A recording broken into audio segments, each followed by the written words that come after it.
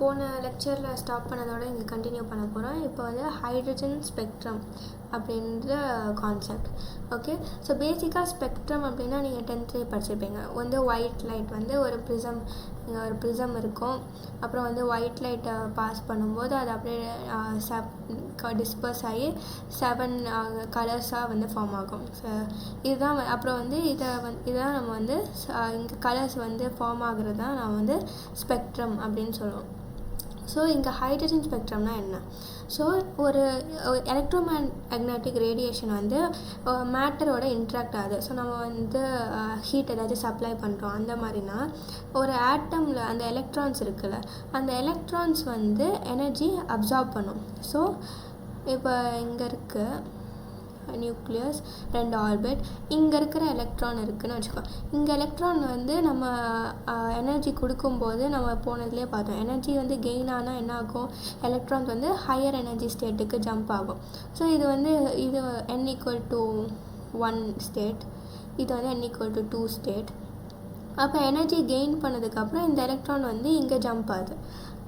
அப்போ இங்கே இருக்குது. ஆனால் என்னென்னா எப்பயுமே எலக்ட்ரான்ஸ் வந்து கிரவுண்ட் ஸ்டேட்டில் இருக்கும்போது தான் இருக்கிறதுலையே ஸ்டேபிளாக இருக்கும். அது வந்து அந்த ஸ்டேட் ஹையர் லெவலுக்கு ஜம்ப் பண்ண வந்து அன்ஸ்டேபிள் ஆகும். ஸோ வந்து ஹையர்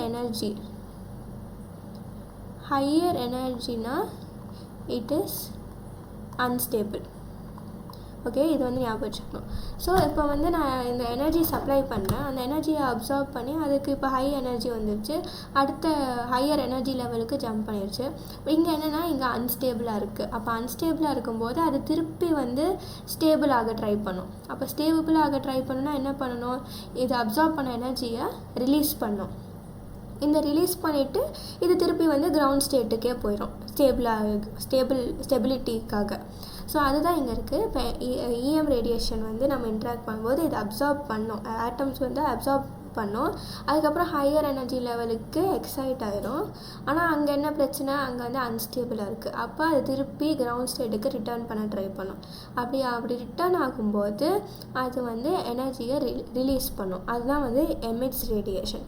இந்த எமிட்டட் ரேடியேஷன் வந்து அகைன் அது வந்து ஃப்ரீக்வன்சி டிபெண்ட்ஸ் ஆன் ஃப்ரீக்வன்சி தானே. அந்த ஃப்ரீக்வன்சியை பொறுத்து டிஃப்ரெண்ட் EM ஸ்பெக்ட்ரம்னு நம்ம போன இதில் பார்த்தோம்ல, அதில் வந்து வேரியஸ் டைப்ஸில் அது வந்து எமிட் பண்ணும். ஸோ இந்த ஸ்பெக்ட்ரம்லேயே வந்து 2 டைப்ஸ் இருக்குது. ஒன்று வந்து எமிஷன் ஸ்பெக்ட்ரம், இன்னொன்று வந்து அப்சார்ப்ஷன் ஸ்பெக்ட்ரம். ஸோ இதுக்கு ரெண்டுக்கும் என்ன டிஃப்ரென்ஸ்னால், ஒரு ஆட்டம் இங்கே இருக்குது, அதுக்கு நம்ம வந்து எனர்ஜி சப்ளை பண்ணுறோம். எனர்ஜி சப்ளை பண்ணி அப்போ வந்து இந்த ப்ராசஸ் நடக்குது. எலக்ட்ரான் வந்து ஃபஸ்ட்டு அந்த எனர்ஜி அப்சார்ப் பண்ணி இப்போ ஹையர் எனர்ஜி ஸ்டேட்டுக்கு போகுது. அதுக்கப்புறம் வந்து அது ஸ்டேபிள் ஆகிறதுக்கு எமிட் ஆகுது.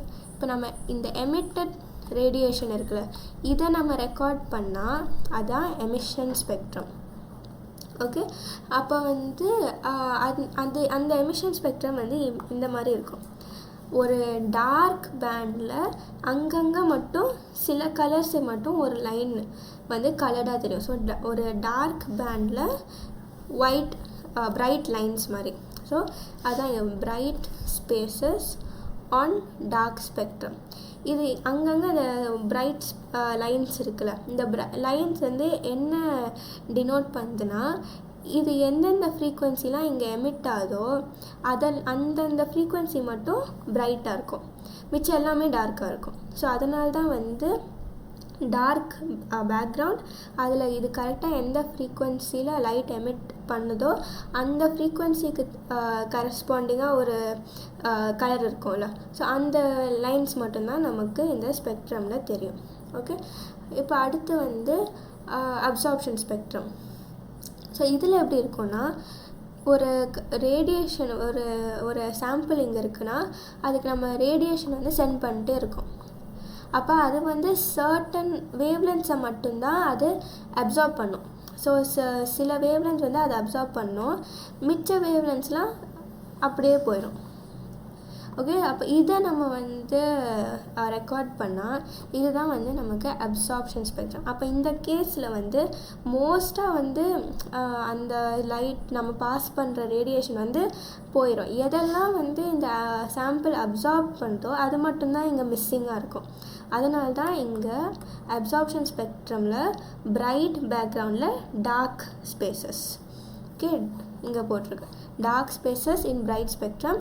அது எதுக்கு கரெஸ்பாண்ட் ஆகுது? Frequencies absorbed. அப்போ நம்ம கொடுக்குற ரேடியேஷனில் எந்தெந்த ஃப்ரீக்வன்சிலாம் ஆட்டம் அப்சார்ப் பண்ணிச்சோ அதெல்லாம் ஸ்பெக்ட்ரமில் இருக்காது, மிச்சம் எல்லாமே இருக்கும். அதனால தான் பிரைட் பேண்டில் டார்க் ஸ்பேசஸ். ஸோ இது வந்து ஒரு ஜென்ரல் பாயிண்ட். எப்பயுமே எமிஷன் ஸ்பெக்ட்ரமில் தான் மோர் லைன்ஸ் இருக்கும் தேன் அப்சார்ப்ஷன் ஸ்பெக்ட்ரம். அண்ட் இந்த ஸ்பெக்ட்ரம் வந்து ஒரு கேஸ்க்கும் வந்து ஒரு யூனிக் எமிஷன் ஸ்பெக்ட்ரம், ஒரு யூனிக் அப்சார்ப்ஷன் ஸ்பெக்ட்ரம். இந்த மாதிரி ஒரு பேட்டர்ன் இருக்குல்ல, இது வந்து ஒவ்வொரு கேஸுக்கும் டிஃப்ரெண்ட்டாக இருக்கும். அப்போ இதை இப்போ ஒரு அன்னோன் கேஸ் இருக்குது, ஒரு புதுசாக ஏதாச்சும் ஒன்று கண்டுபிடிக்கிறாங்க, அதுக்கு ப்ராப்பர்ட்டிஸ் எதுவுமே தெரிலனா அதை வந்து இந்த எமிஷன் ஸ்பெக்ட்ரம் அப்சார்ப்ஷன் ஸ்பெக்ட்ரம் வச்சு நம்ம வந்து ஐடென்டிஃபை பண்ணலாம். ஓகே, இது வந்து இந்த கேஸ் அப்படின்னு இந்த பேட்டர்ன்ஸ் வச்சு. ஸோ இதை பற்றி படிக்கிறது தான் வந்து ஸ்பெக்ட்ரோஸ்கோப்பி. ஸோ அதான் it can be use to identify unknown gases. இப்போ வந்து ஹைட்ரஜன் ஸ்பெக்ட்ரமில் நம்ம வந்து அந்த அப்சார்ப்ஷன் ஸ்பெக்ட்ரம் பார்த்தோம். அப்போ வந்து என்னென்னா எலக்ட்ரான் நியூக்ளியஸ் இருக்குது, இங்கே ஆர்பிட்ஸ் இருக்குது. அப்போ என்ன பார்த்தோன்னா எலக்ட்ரான் இங்கே இருக்குது, எலக்ட்ரான் வந்து எனர்ஜி கெயின் பண்ணி ஒரு ஹையர் எனர்ஜி ஸ்டேட்டுக்கு போவோம். ஏன்னா அந்த ஹையர் எனர்ஜி ஸ்டேட்லேருந்து திருப்பி லோவர் எனர்ஜி ஸ்டேட்டுக்கு வர ட்ரை பண்ணும். பட் இந்த லோவர் எனர்ஜி ஸ்டேட்டுக்கு இந்த வர்ற ப்ராசஸ் வந்து நிறையா வேஸில் வரலாம். ஸோ இப்போ வந்து இது வந்து இங்கேருந்து டைரெக்டாக இங்கே வரலாம், இல்லாட்டி இங்கே வந்துட்டு இங்கேருந்து இங்கே வரலாம். கரெக்டாக? ஸோ அப்போ வந்து இப்போ இன்னும் நான் இன்னொரு லெவல் ஆட் பண்ணேன்னா அங்கே அது வரைக்கும் n=4 வரைக்கும் போகும். n=4னா 4லேருந்து 3 வரலாம், 4லேருந்து 2 வரலாம். அந்த மாதிரி நிறைய காம்பினேஷன்ஸ் இருக்குல்ல. ஸோ ஒவ்வொரு காம்பினேஷனுக்கும் அதை வந்து ஒரு சீரீஸ் மாதிரி நம்ம வந்து கண்டுபிடிச்சிருக்காங்க. ஸோ அந்த சீரீஸ் எல்லாமே named after the scientist. Okay. So இப்போ வந்து லைமன் சீரீஸ்னால் ஃபைனலாக n=1 கிரவுண்ட் ஸ்டேட். ஸோ எந்த ஸ்டேட்டுக்கு அது எக்ஸைட் ஆனாலும் ஃபைனலாக அது வந்து ஒரே ஜம்பில் n=7, 6, 5 எதுவாக இருந்தாலுமே கடைசியாக அது வந்து n=1 டைரெக்டாக ஜம்ப் ஆகுதுன்னா இந்த சீரீஸுக்கு பேர் லைமன் சீரீஸ். அதே மாதிரி எல்லா எனர்ஜி ஸ்டேட்ஸ்லேருந்து n=2க்கு ஜம்ப் ஆச்சுன்னா அது பாமர் சீரீஸ். n=3க்கு பேஷன், n=4க்கு பிராக்கெட், n=5க்கு பீஃபன். ஸோ இப்போ இது வந்து ஒரு ஸ்பெக்ட்ரல் லைன் சொல்கிறோம். ஸோ அந்த ஸ்பெக்ட்ரல் லைனை வந்து நம்ம எப்படி மெஷர் பண்ணுவோம், அதை எப்படி எக்ஸ்ப்ரெஸ் பண்ணுவோன்னா வேவ் நம்பர்ஸ். நம்ம ஃபஸ்ட்டு இதோட ஃபஸ்ட்டு இதில் பார்த்தோம் வேவ் நம்பர் அப்படின்னு. அது நத்திங் பட் என்ன, ரெசிப்ரோக்கல் ஆஃப் வேவ் லென்த்.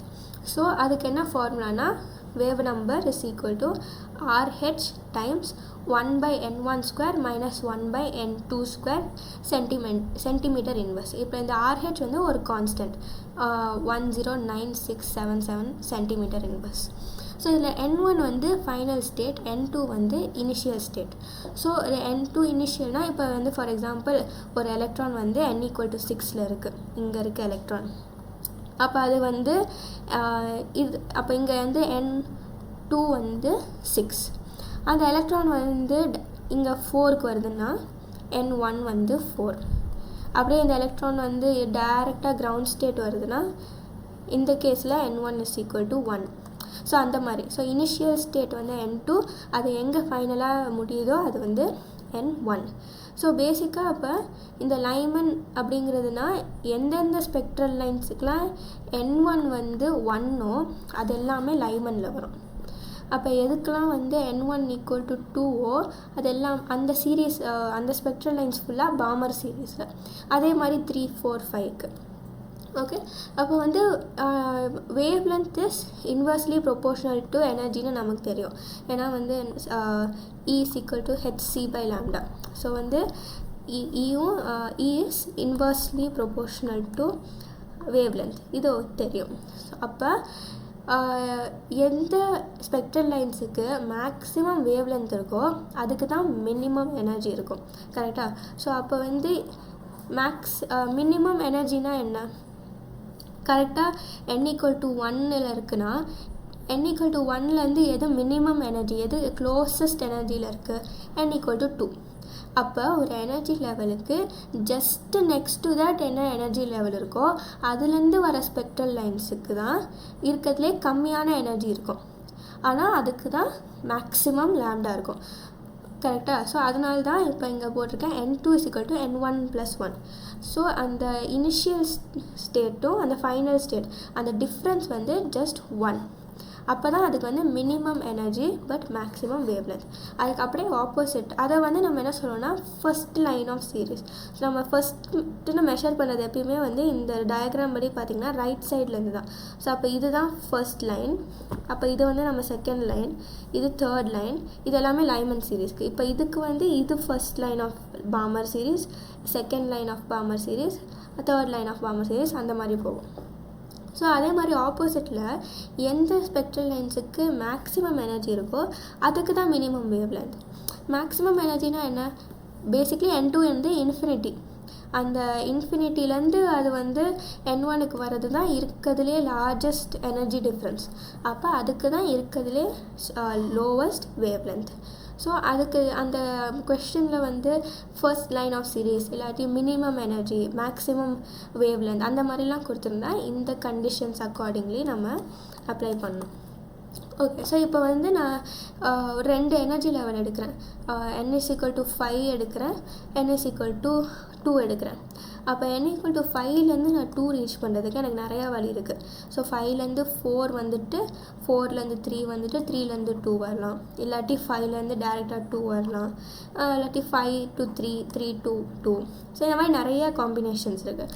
அப்போ டோட்டலாக ஒரு எலக்ட்ரான் வந்து 5லேருந்து 3 வரணும், 2 வரணும்னா என்னென்ன எத்தனை பாசிபிலிட்டிஸ் இருக்குது அப்படிங்கிறது தான் வந்து இந்த formula. Number of spectral lines possible between 2 energy levels.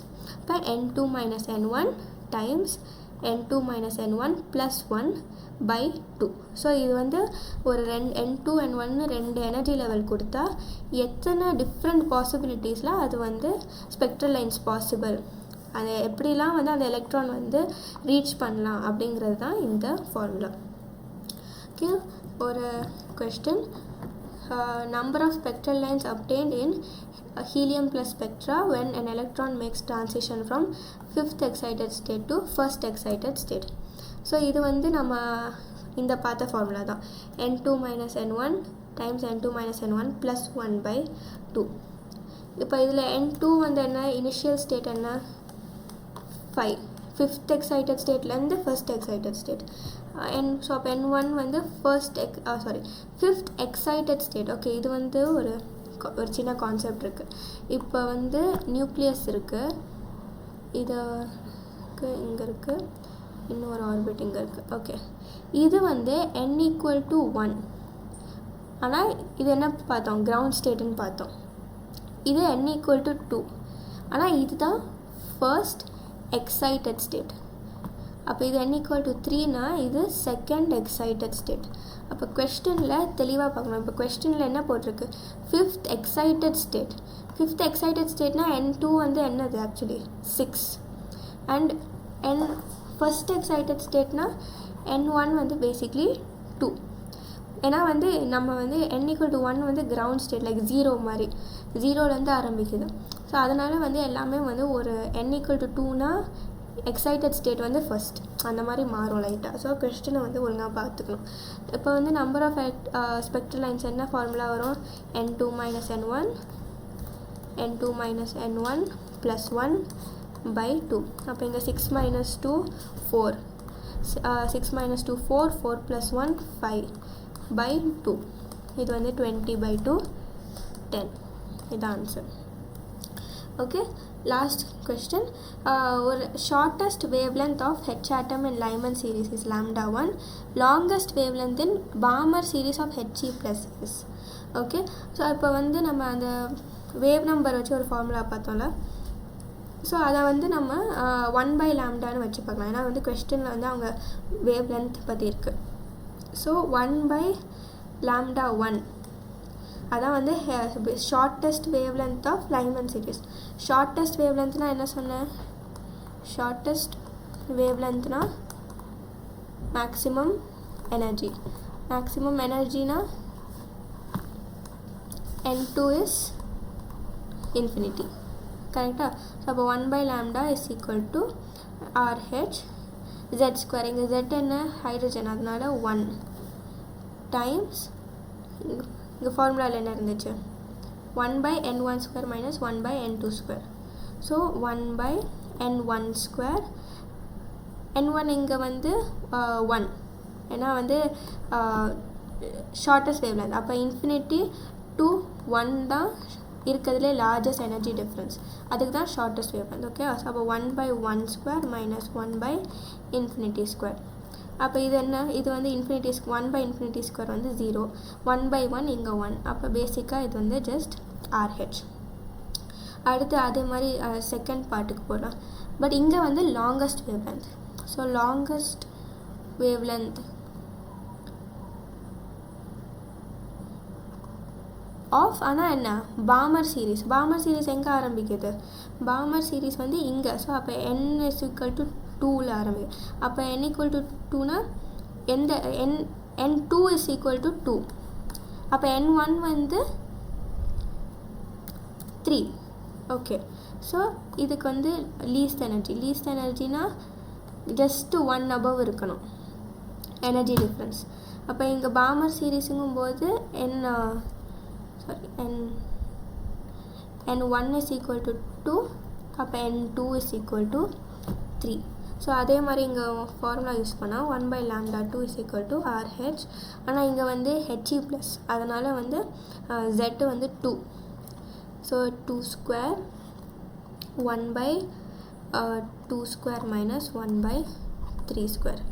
அப்போ இது என்ன வந்து 4RH 1/4 minus 1/9 is equal to 4RH 9 minus 4 5/36. கரெக்டா? ஸோ இங்கே இதுக்கு ரெண்டு ரேஷியோ எடுத்தால் என்ன வரும்? 1/λ1/1/λ2 is equal to RH by 4 times RH 5/36. அப்போ என்ன வரும்? λ2/λ1 equal to RH cancel. இங்கே 36 மேலே போயிடும். 36/4 times 5 இது வந்து கேன்சல் பண்ணால் 9. இவங்க என்ன கேட்குறாங்க? இந்த in terms of this. அப்போ λ2 வந்து λ1 இந்த பக்கம் எடுத்துகிட்டு போயிட்டா 9 times λ1/5. Answer is D. Small concept. Okay, limitations of Bohr's model. So இதில் வந்து போர்ஸ் மாடலில் வந்து நிறையா இம்ப்ரூவ்மெண்ட் ருதர்ஃபோர்ட்ஸ்லேருந்து. ஸோ ஸ்டெபிலிட்டி அதெல்லாமே வந்து ஃபுல்லாக எக்ஸ்பிளைன் ஆயிடுச்சு. பட் அதுலேயும் ஒரு 4 ட்ராபேக்ஸ் இருக்குது. அதில் என்னென்னா இந்த 4 இந்த 4 ரிசல்ட்ஸை வந்து அவங்களால இந்த போர்ஸ் மாடலால் எக்ஸ்பிளைன் பண்ண முடியல. ஃபஸ்ட்டு வந்து spectrum of multi electron. So இது வரைக்கும் பார்த்த எல்லாமே வந்து நம்ம சிங்கிள் எலக்ட்ரான்ஸ் HE ப்ளஸ். அப்போ இது எல்லாமே இங்கே போன கொஸ்டினில் கூட Li2 plus Be3 plus. So இது எல்லாமே வந்து சிங்கிள் எலக்ட்ரான் ஆட்டம்ஸ். பட் அதே மல்டி எலக்ட்ரான் ஆட்டம்ஸுக்கு இது ஒர்க் ஆகலை. அதே மாதிரி ஒரு மேக்னெட்டிக் ஃபீல்டு அப்ளை பண்ணாலோ எலக்ட்ரிக் ஃபீல்டு அப்ளை பண்ணாலோ இந்த ஸ்பெக்ட்ரல் லைன்ஸ் வந்து ஸ்ப்ளிட் ஆகும். ஸோ அதுதான் வந்து ஜீமன் எஃபெக்ட், ஸ்டார்க் எஃபெக்ட்னு சொல்கிறது. அதுவும் இதால் எக்ஸ்பிளைன் பண்ண முடியல.